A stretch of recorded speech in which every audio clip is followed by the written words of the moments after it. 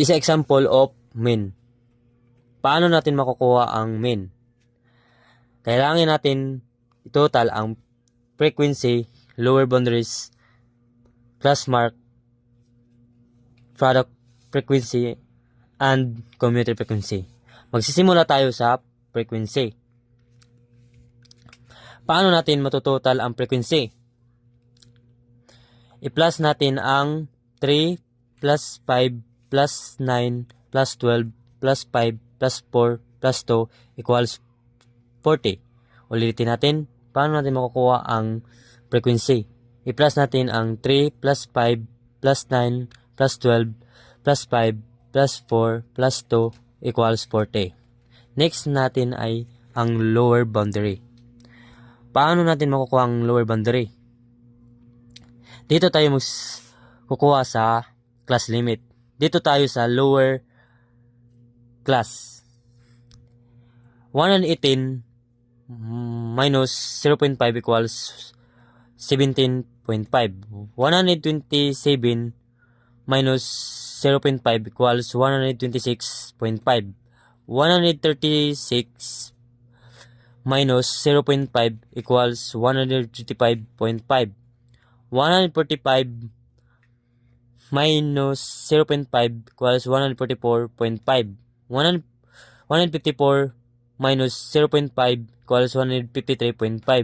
163 minus 0.5 equals 162.5. 172 minus 0.5 equals 171.0.5. Next natin ay class mark. Paano natin makukuha ang class mark? Dito tayo kukuha sa class limit.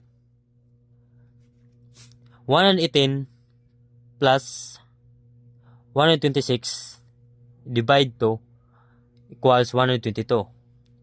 So, ulitin natin, paano natin makukuha ang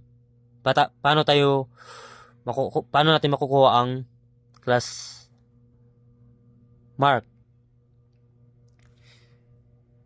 Next natin ay ang class mark.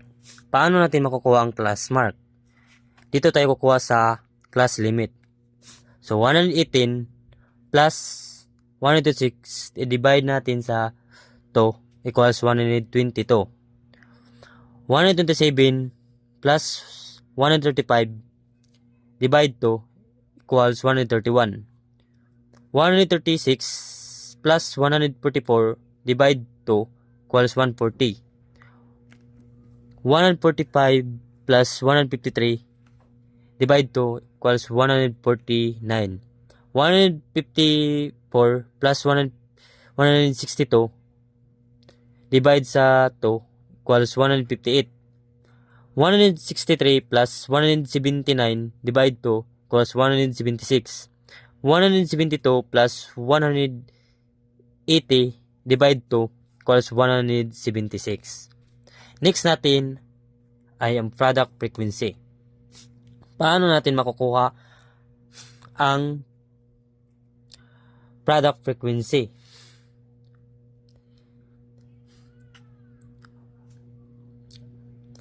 Dito tayo kukuha sa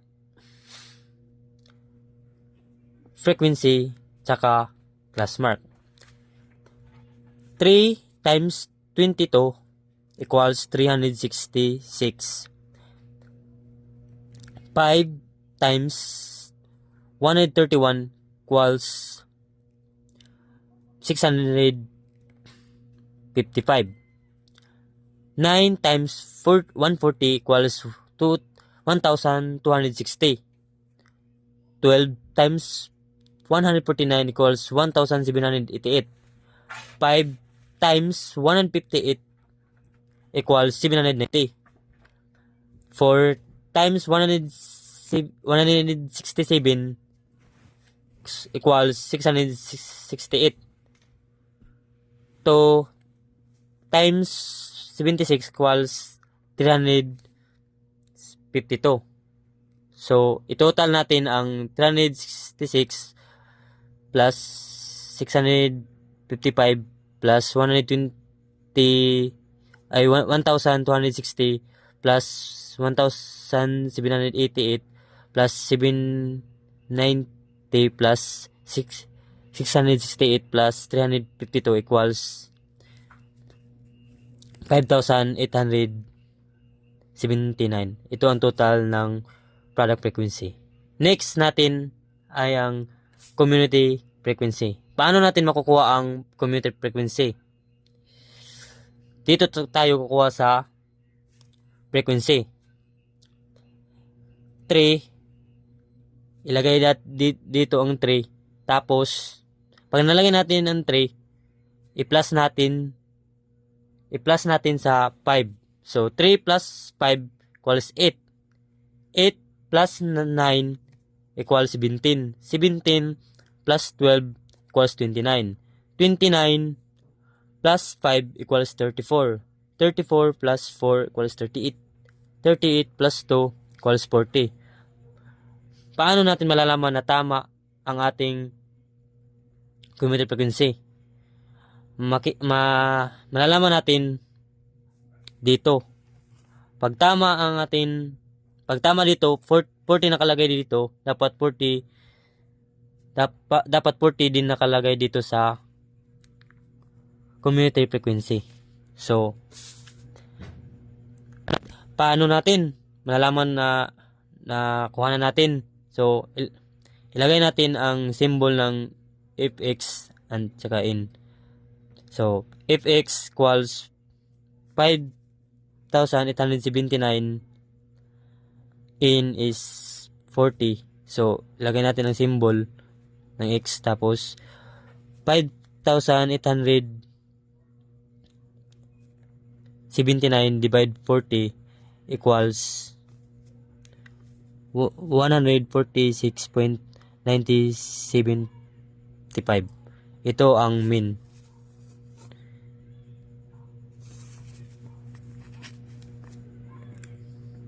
Ito ang mean. Hello everyone, ito ang example ng median.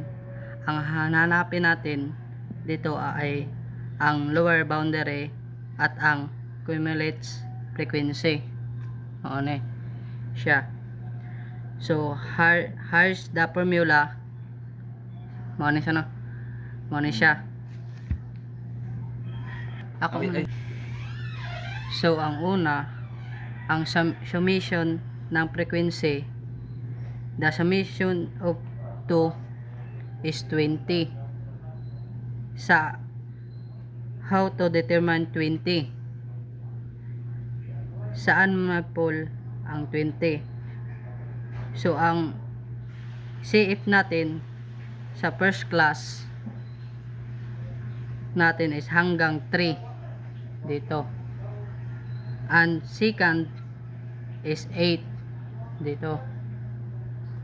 And the third one is if, so meaning they are 4 and 20 is mag-pull siya sa 29 dahil sa median.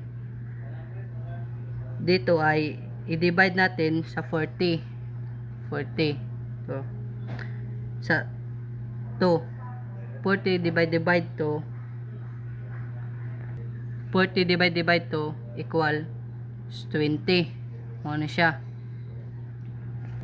So, meaning pasok sa 29 dahil sa median 29.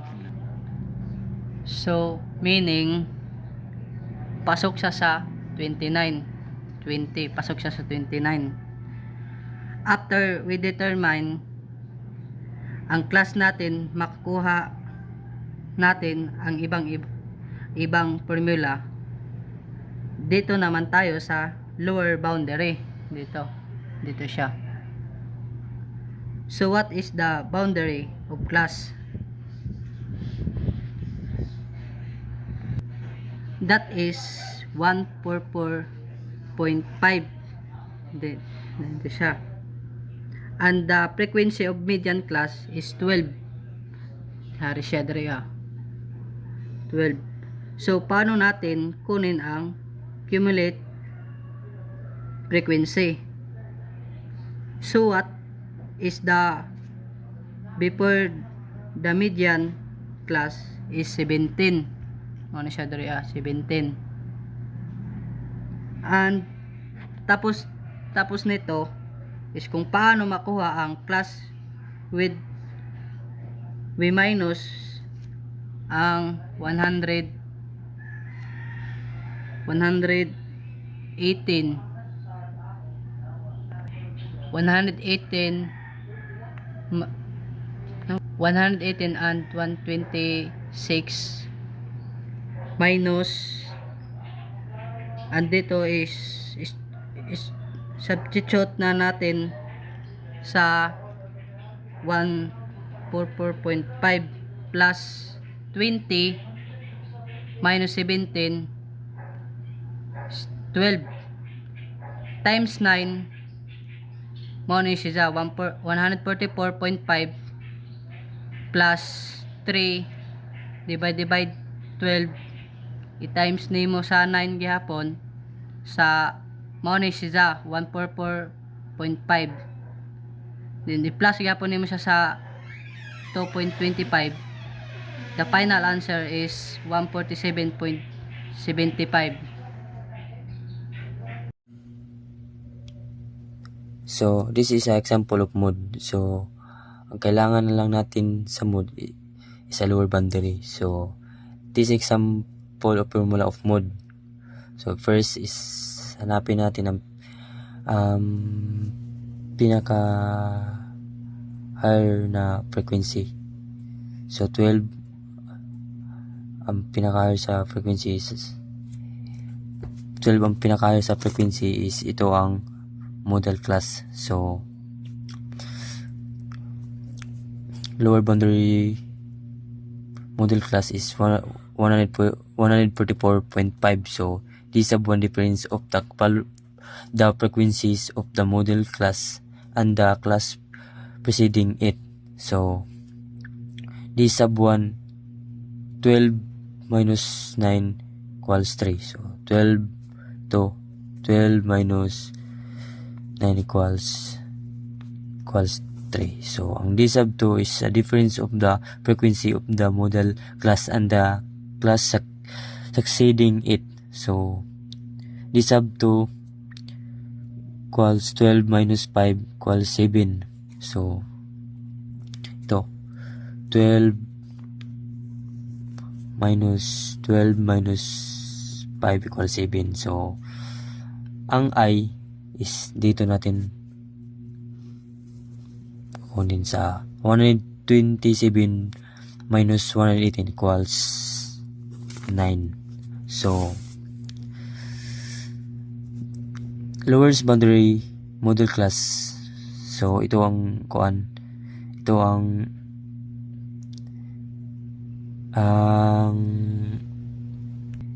so ito ang formula sa model sa mod.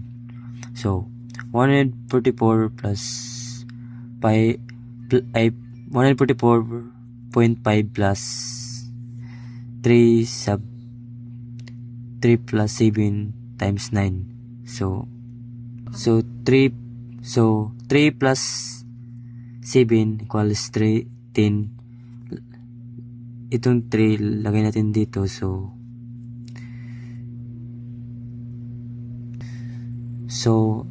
7 plus 3 equals 10. So 3 over 10 times 9 equals 3